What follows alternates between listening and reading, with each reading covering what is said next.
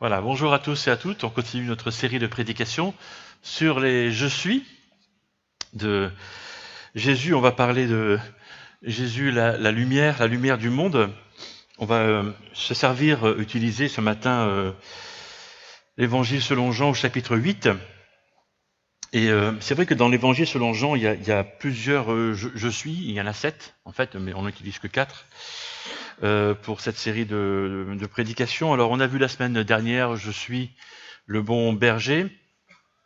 La semaine prochaine, on verra, je suis le cep. Vous êtes les sarments. Si vous demeurez en moi, vous porterez beaucoup de fruits. Alors j'ai ciblé cette prédication sur la journée du partage et de l'avenir de l'Église, cette journée où on a des assemblées générales l'après-midi, etc. Parce que c'est quand même bien de savoir que Jésus est le tronc et qu'on est les branches. Hein. En grosso modo, c'est ça, hein, que Jésus est celui à qui on s'attache. Et si on fait ça, on va porter du fruit. Donc voilà. Et puis le dernier dimanche du mois de mars, pour Pâques, on va parler de Jésus comme la résurrection et la vie. Parce que finalement, Pâques, c'est un peu l'histoire d'un Dieu que les hommes ont voulu tuer, mais ça n'a pas fonctionné, en fait.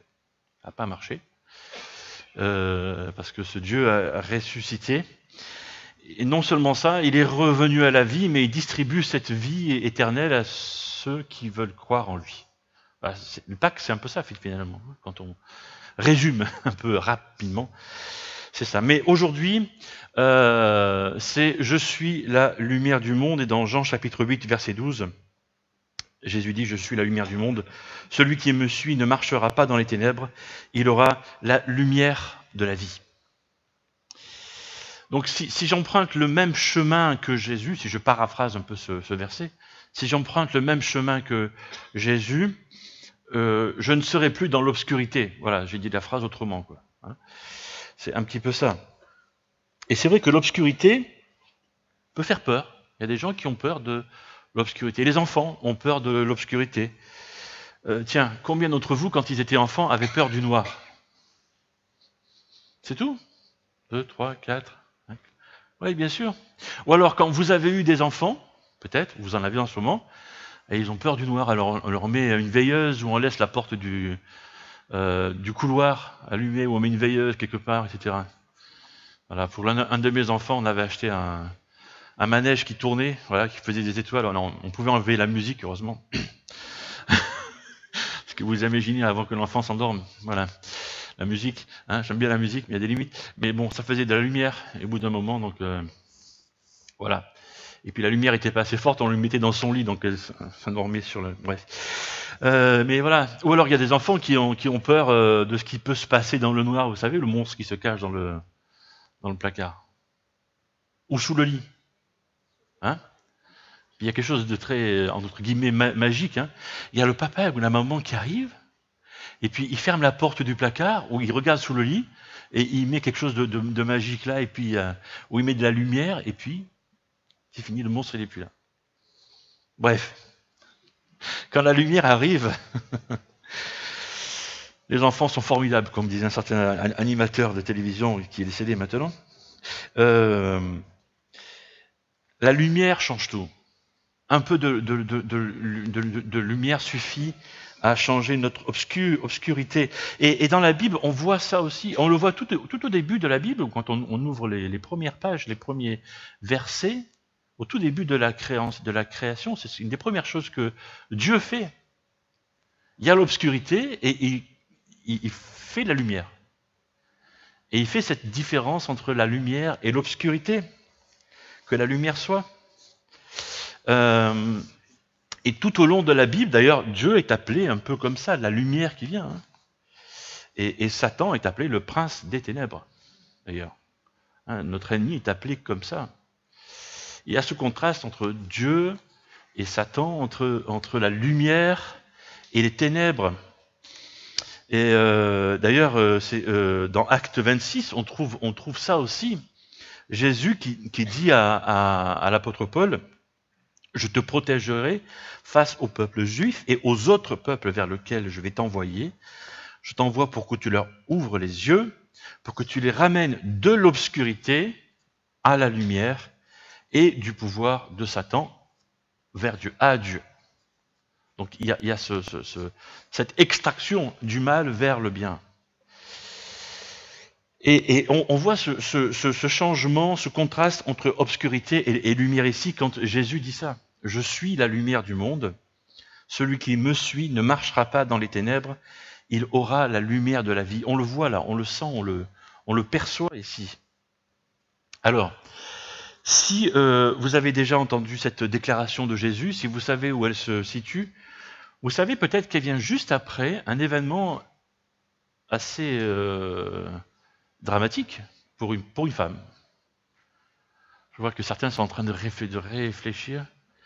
C'est la femme surprise en adultère qui a été amenée devant Jésus. Et Jésus prononce cette phrase-là juste après ça. Et Jésus fait cette déclaration quand il propose à cette femme un changement de vie radical. Il fait cette déclaration-là.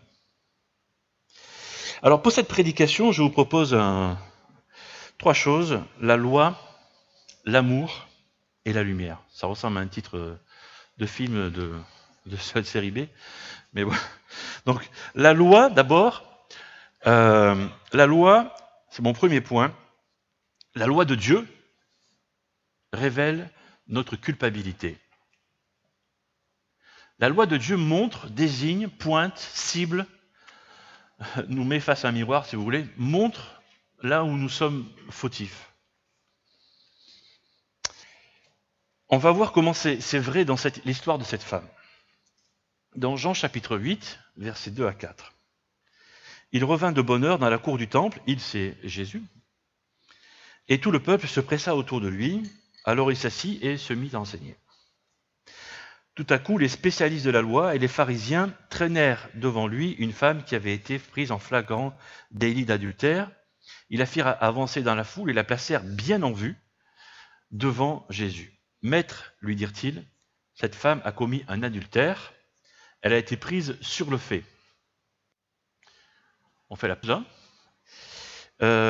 Donc ces hommes-là qui amènent cette femme étaient des spécialistes de la loi, comme dit le texte, de la loi de Dieu, et savaient ce qui était réservé aux femmes comme ça qui avaient été prises en flagrant délit. Et donc ils ont attrapé cette femme. Vous imaginez la scène un petit peu, hein? Elle est dans la chambre en train de faire des affaires sexuelles avec un homme, et puis ils s'en saisissent, ben oui, ils s'en saisissent, et puis ils traversent une partie de la ville, donc on imagine qu'elle n'est pas trop habillée, histoire de la ridiculiser, de l'humilier un petit peu plus, et puis il la traîne comme ça devant Jésus, devant le temple, hein, devant la cour du temple, hein, où il y avait juste plusieurs dizaines, voire centaines de personnes, d'hommes, bien sûr. Voilà, vous imaginez un peu la situation. Et il lui pose une question, évidemment, verset 5. Dans la loi de Dieu, je précise, Moïse nous a ordonné de lapider les femmes de ce genre. Toi, quel est ton jugement sur ce cas? Voilà la question. Puisque, autrement dit, je remets une couche là, je rajoute un petit peu. Puisque tu as de belles paroles, hein, tu nous dis que tu nous fais la leçon depuis toutes ces semaines, hein, voilà un cas pratique. Vous imaginez le cas pratique, hein, elle est devant eux. Hein. Voilà, qu'est-ce que tu en penses? Hein, ces belles paroles, c'est bien. Maintenant, qu'est-ce que tu fais? Qu'est-ce que tu aurais à faire, toi? C'est ça. Et le verset 6 nous dit qu'en lui posant cette question, il voulait lui tendre un piège, dans l'espoir de trouver quelque chose, quelques prétextes pour l'accuser. Voilà, il voulait se débarrasser de ce Jésus qui leur faisait de l'ombre.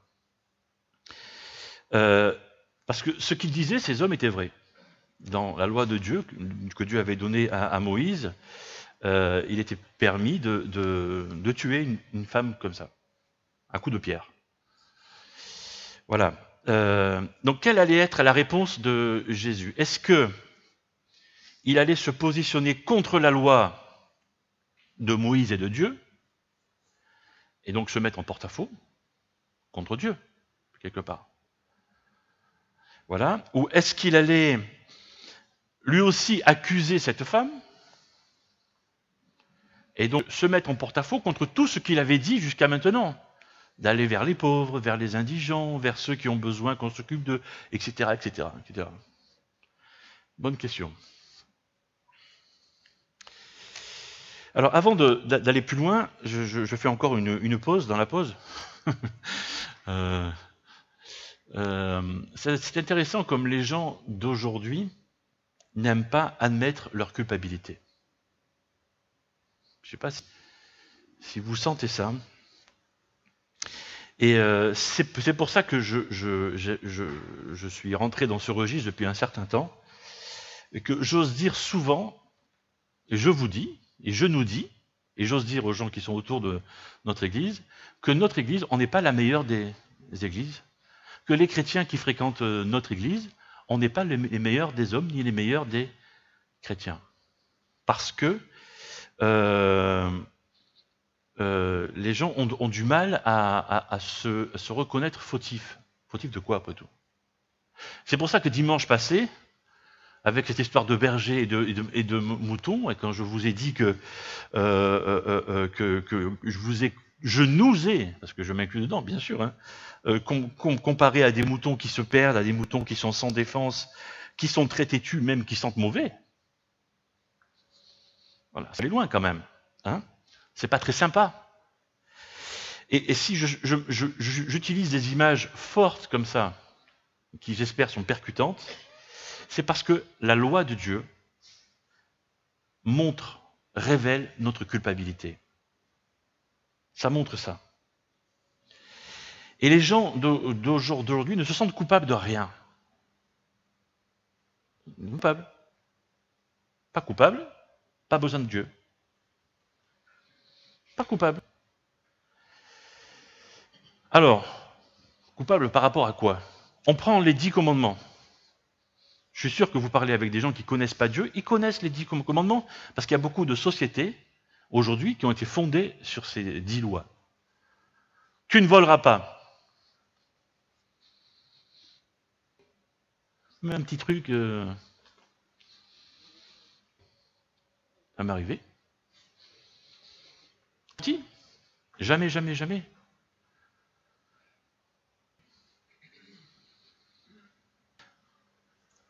Qui tue? T'as jamais convoité?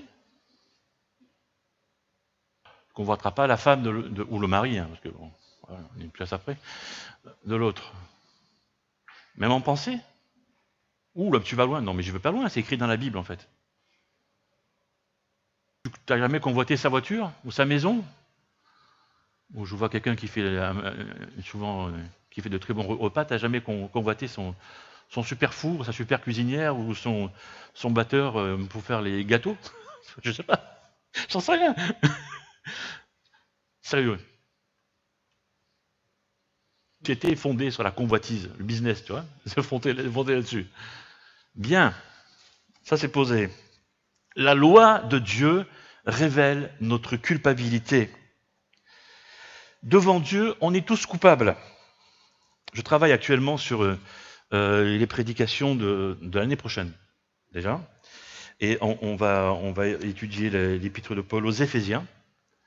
Et justement, l'apôtre Paul parle de ça, de notre culpabilité. Et il ne fait pas ça pour rien, hein, parce que le fait qu'on ne se sente pas coupable, ça ne date pas de 2016. Hein. De tout temps, en fait, les hommes ne se sentent coupables de rien. Voilà. Et le souci, c'est que tant que tu ne te considères pas comme pécheur, tu n'as pas besoin de sauveur. Dès l'instant où tu te dis « Ah mince, j'ai désobéi à Dieu, comment je fais pour réparer ça ?» À ce moment-là, tu as besoin de quelqu'un qui te sauve. Et cette personne-là, c'est Jésus. Dieu montre notre culpabilité. La bonne nouvelle, ça va être mon deuxième point, c'est qu'il n'y a pas que la loi. Il y a aussi l'amour.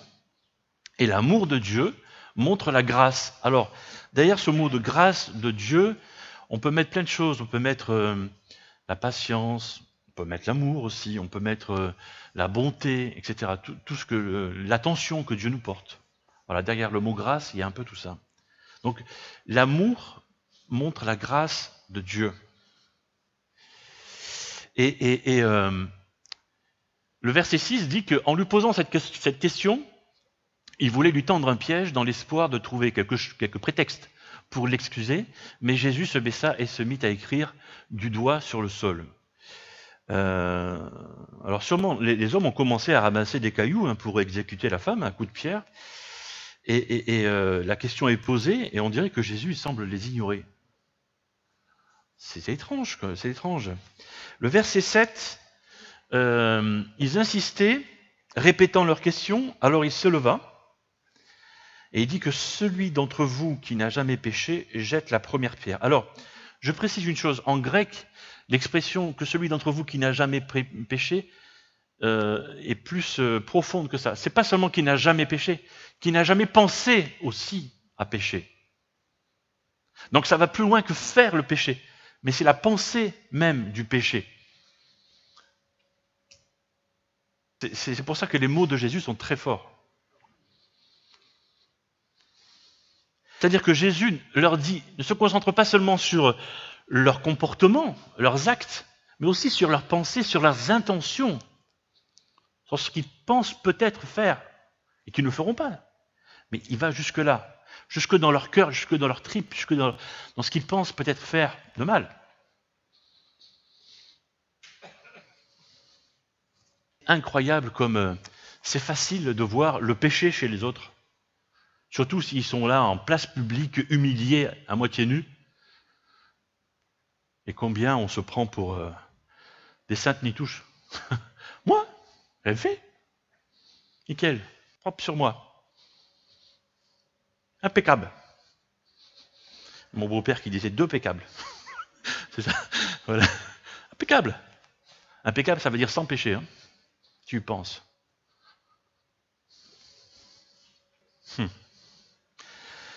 L'amour révèle la grâce de Dieu. C'est trop facile de voir les péchés chez les autres. Si tu es sans péché et si tu n'as jamais pensé à pécher, vas-y, jette le premier caillou et commence. Commence. Et puis Jésus se baisse, en fait, il ne les regarde même pas. Il ne les regarde pas. Il se baisse et se mit de nouveau à écrire sur le sol. Verset 8 et verset 9. Après avoir entendu ces paroles, ils s'esquivèrent, c'est-à-dire qu'ils s'en vont l'un après l'autre, à commencer par les plus âgés, laissant finalement Jésus seul avec la femme qui était restée au milieu de la cour du temple. Alors pourquoi les anciens sont partis en premier? Peut-être qu'ils avaient plus de choses en tête, plus de pensées, de péchés accumulés, ou peut-être qu'ils en avaient ras-le-bol de ce Jésus qui leur faisait la leçon à chaque fois. Il y en a marre, je m'arrache, quoi. Je m'en vais. Ça suffit. Il est trop fort, lui. Bref, on ne sait pas. Mais voilà. Il ne reste que Jésus et cette femme qui est coupable. Hein. Elle est toujours coupable, là. Et le verset 10, Jésus lève la tête et lui dit « Où sont donc passés tes accusateurs? Personne ne t'a condamné ?» Et la femme répond « Personne. » Je n'ose imaginer, parce que je ne peux pas en fait, le ressenti de cette femme-là, là, à ce moment-là. C'est par peut-être sa vie, qui a été jusqu'à là maintenant. Je ne peux pas savoir quelle est sa vie, en fait. Peut-être de malheur, de tristesse, de rejet, de je ne sais pas quoi, tu vois. Qui a été surprise en flagrant délit, donc coupable, désigné coupable par les hommes et par la loi de Dieu, tu vois, traînée dans toute la ville, humiliée, ridiculisée, presque morte. Et là, tout d'un coup, il n'y a plus d'accusateur.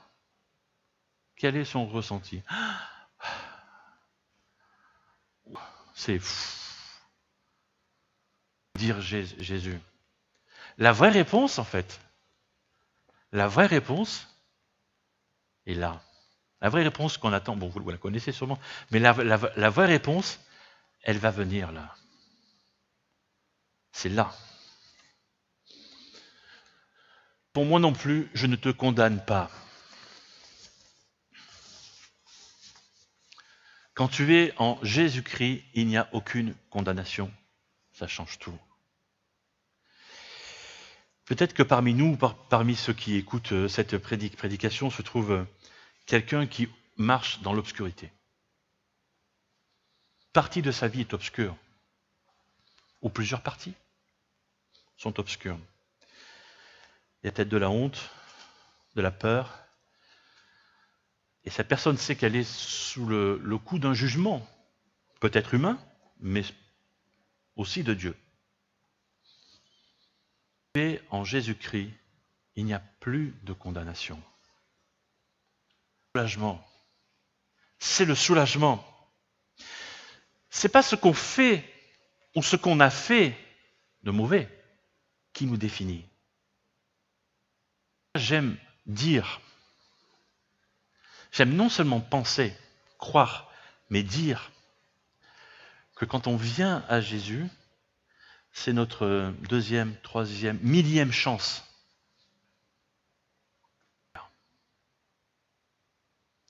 La vie en Jésus, c'est ça. Et à être exécuté, on est prêt à mourir là. Mais Jésus est là, est prêt à nous sauver. Qui qu'on soit, quoi qu'on ait fait, quoi qu'en pense le voisinage ou notre famille. En Jésus, il n'y a plus de condamnation. Alors évidemment, Satan est là. Oh ben non, ce qu'il a dit le pasteur, oh ben tu sais, le pasteur Eric, il est gentil, c'est un gros nounours, il est gentil, il aime tout le monde. Mais il faut pas l'écouter. Non. Non mais c'est pas comme ça que ça marche. Mais tu vas porter ton fardeau toute ta vie, tu sais. C'est faux.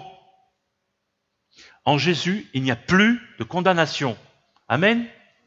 Amen. Plus de condamnation. Si tu appartiens à Christ, tu es libéré. Tu n'es plus condamné. Cette femme était coupable. Elle méritait la mort. Par les hommes et par Dieu. Mais de l'amour de Dieu, elle n'a pas eu à subir la mort. Je vais vous raconter ce qui m'est arrivé. Bon, je ne méritais pas la mort, mais je méritais sûrement de comment retire mon permis et autre chose. C'était quand j'étais ambulancier. Je travaillais, mon premier patron que j'ai eu, il n'y avait qu'une chose qui l'intéressait, c'était l'argent. Et en travaillant 6 jours sur 7, bien sûr. Voilà. Et donc j'étais parti de Marseille pour aller à Briançon, si vous connaissez, c'est bien. Je ne vais pas vous expliquer aussi, mais dans les Alpes. Je connaissais cette route par cœur parce que je la faisais souvent. Je savais quand je rentrais, c'était un samedi, je savais que quand je rentrais, je devais partir après sur la côte d'Azur, donc il fallait que je me dépêche. Donc j'étais posé à ce niveau-là, c'était plus un patient, c'était un client dans les Alpes. Et puis sur le retour, il y avait un feu sur une longue ligne droite. Et puis il y avait le feu rouge là-bas. Et puis il y avait une vingtaine de voitures. Voilà. Il y avait une longue ligne droite et une route qui était en perpendiculaire. Et moi, je devais tourner à gauche. Tu vois ? Et le feu au bout, comme ça. Et la ligne droite, personne en face. Ligne blanche. Je double. C'était ma façon de travailler à l'époque. Hein. Le code de la route, j'avais pas le temps de le respecter. En fait. Sinon, j'étais viré en fait. Hein. Voilà, bon, c'était comme ça. Donc je double. Bon, double tranquillement, parce que je sais qu'il faut, je tenais à ma vie quand même. Voilà. Et puis, bon, je vais pas vous apprendre comment tricher. Bref, je me rabats juste comme il faut. Je vais pas vous expliquer comment, mais juste devant le feu. C'est-à-dire que je fais pas le feu, mais je double alors que j'ai pas le droit de doubler, les lignes blanches, etc. Et juste en face, de l'autre côté de la route, motards, 2 gendarmes comme ça, les bras croisés. Vous savez, ils se mettent comme ça. Voilà. Voilà. Ils me regardent fixement. Donc, je suis coupable. Hein. Okay. Derrière mon volant, j'avais la voiture du patron en plus. Hein, voiture qui ne voulait pas faire réparer depuis longtemps, mais bref, je roulais quand même avec ça. Et donc, je les regarde, je fais un signe de la main, j'arrive. Je suis coupable. J'arrive. Donc le feu passe au vert, je fais un grand tour et je me gare juste devant eux. Donc le premier gendarme vient et je baisse la vitre, gendarmerie nationale, etc. Bref. Et l'autre fait le tour de la voiture, il avait de quoi faire. Et donc il me dit, vous êtes pressé? Je dis, bah oui. Il me dit, bah vous n'êtes plus pressé, c'est fini. Je dis, ok. Et donc je lui explique mes conditions de travail. Je suis resté une demi-heure avec eux.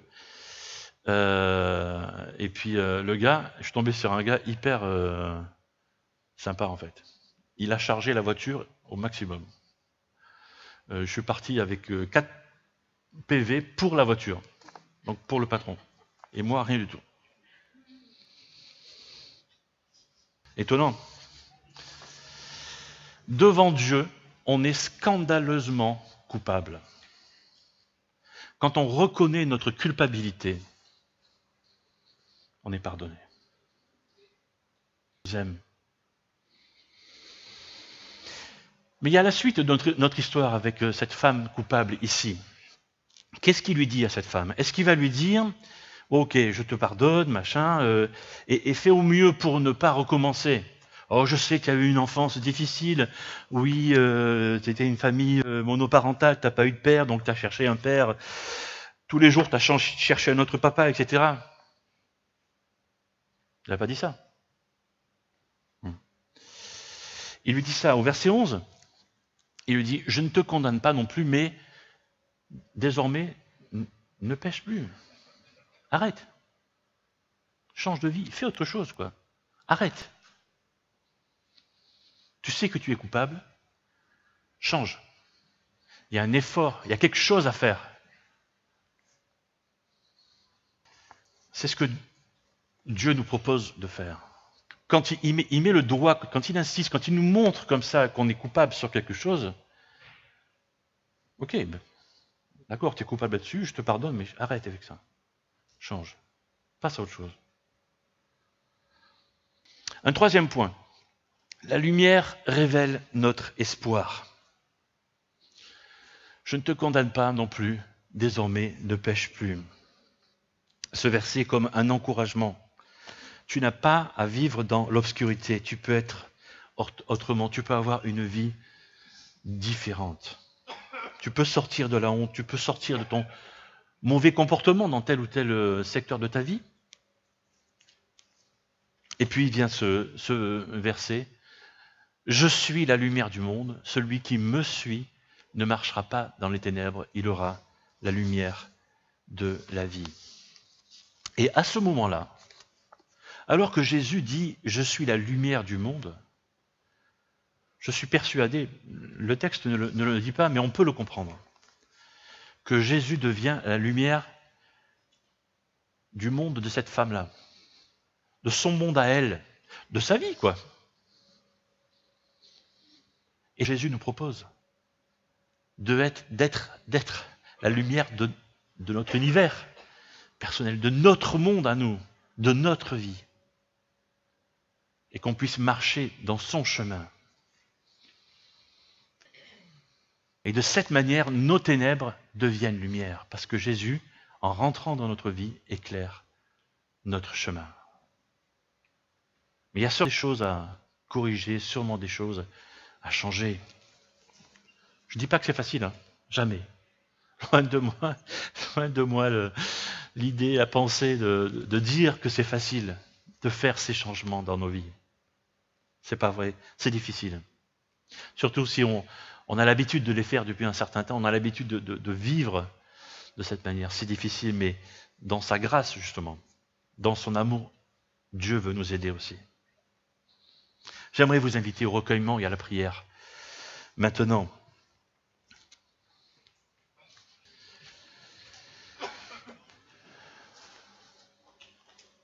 peut-être que dans ton univers personnel, dans ton monde, dans ta vie, en quelque sorte, il y a de l'obscurité.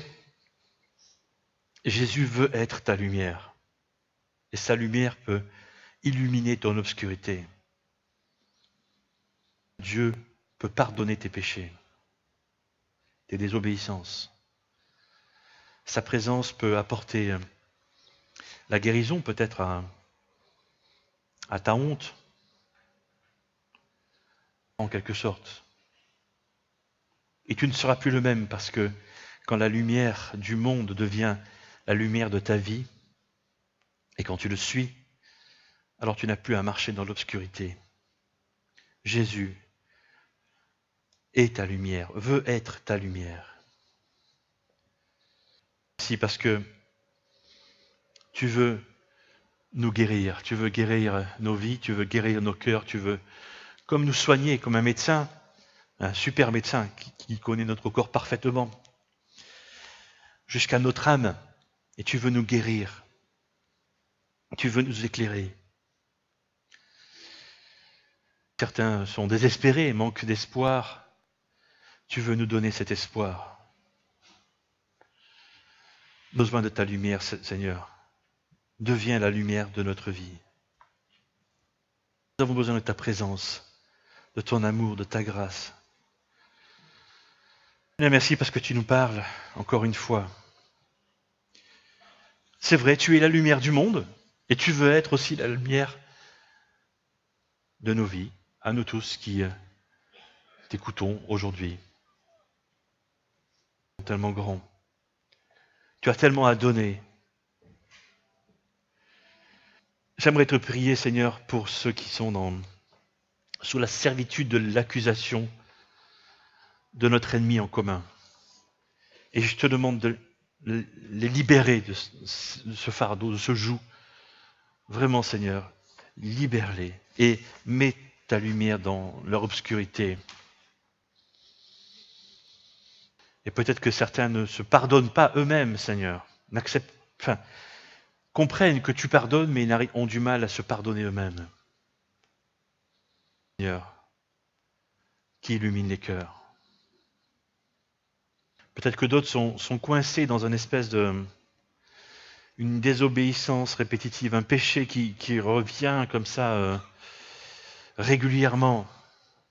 Et c'est comme une spirale infernale. Infernale, oui, c'est ça. Ils peuvent, de vie, te demander de l'aide, comme crier au secours, par ta puissance, sortir de cette mauvaise habitude, quitter cette vie de péché.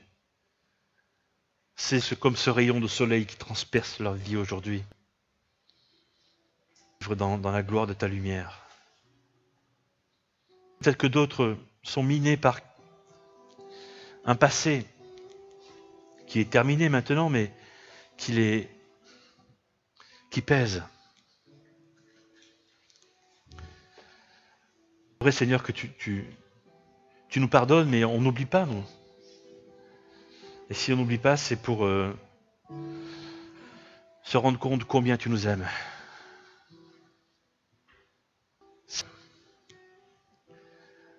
Donne cette force de pouvoir passer le cap. Lâcher prise. Et de pouvoir compter sur ta seule force, ta seule puissance, aidée par ton Saint-Esprit.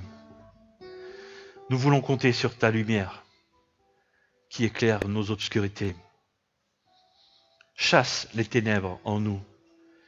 Au nom de Jésus, au nom de Jésus-Christ, chasse les ténèbres en nous. C'est toi, Jésus, le vainqueur dans toutes nos vies. Tu es la lumière de nos vies, Seigneur Jésus-Christ. Amen.